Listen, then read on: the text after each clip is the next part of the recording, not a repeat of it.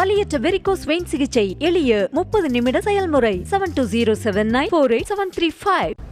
2019 நாங்கள் பல்வேறு கூட்டணி கட்சி இருந்தது, எல்லா கட்சியும் இருந்தது, பிஜேபி உட்பட. அன்னைக்கு 19.39% வாக்குகள் பெற்றோம். இன்றைக்கு எங்களோட தேமுதிக மட்டும்தான், அதே போல் புதிய தமிழ் சின்ன கட்சி.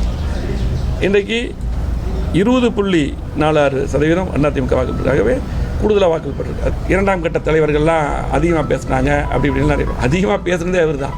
இவர் வந்து கூட்டணி கட்சி தலைவரான பின்னால் தான் பேரறிஞர் அண்ணாவை பற்றி பேசினார், அம்மாவை பற்றி பேசினார், இப்படி எல்லா தலைவரை பற்றி, எங்களுடைய பொதுச்செயலர் எடப்பாடியாரை பற்றி விமர்சனம். கூட்டணி கட்சியில் கூட்டணியாகவே இருந்துட்டு ஒரு தலைவர், ஏன்னா இவர் அரசியலுக்கு கொஞ்ச நாள் தாச்சு. அப்போ இவர் இந்த மாதிரி இன்றைக்கு சூழ்நிலை.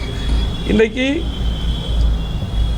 இந்த கூட்டணி சரியில்லாமல் அந்த கூட்டணி விலை வர்றதுக்கு அண்ணாமலை தான் காரணம். இன்றைக்கி இதே கூட்டணி இருந்தால் நீங்கள் 30-35 சீட்டுக்கு மேலே ஜெயிச்சிருக்கக்கூடிய வாய்ப்பு இருக்குது. உங்களெல்லாம் வெளிப்படையாக தெரியும்.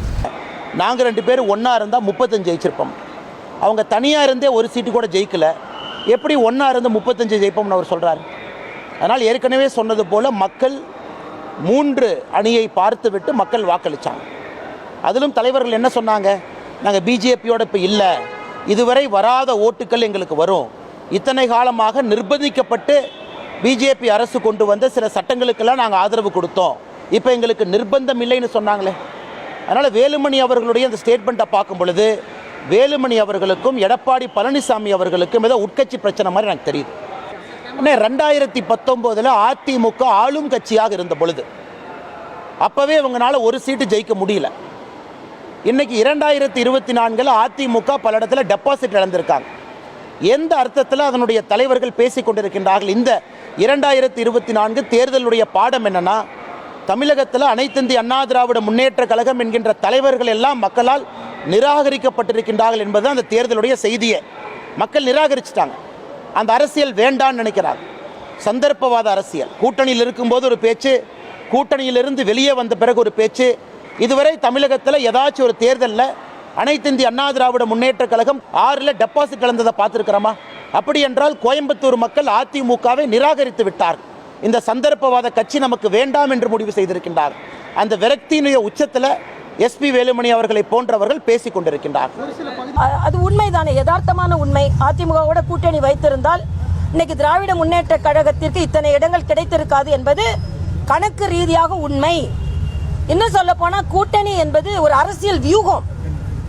அந்த வியூகத்தை அவர்கள் எதிர்கட்சியாக இங்கே தமிழகத்திலேயே அவங்க பயன்படுத்தினாங்க, அகில இந்திய அளவில் பயன்படுத்தி இருக்கிறாங்க. இது அரித்மேட்டிக் தான். அதனால் இது யதார்த்தமான உண்மை தான், அதை ஒத்துக்கொண்டு தான் ஆக வேண்டும். அது அண்ணாமலையின் கருத்து, அவர்கிட்ட கேட்டுக்கோங்க. எங்களை பொறுத்த வரைக்கும் 2026 இன்னும் நிறைய கால அவகாசம் இருக்கிறது. அதற்கு முடிவு செய்வதற்கு இன்னும் நிறைய கால அவகாசம் இருக்கிறது. இல்லை, எனக்கு வேணும், நான் அதை தான் சொல்றேன். எனக்கு வேணும் வேண்டானே ஒன்றும் கிடையாது. இப்போ எங்களோட தனிப்பட்ட கருத்து விருப்பே அரசியலில் கிடையாது. வியூகம், அது ஒரு வியூகம்.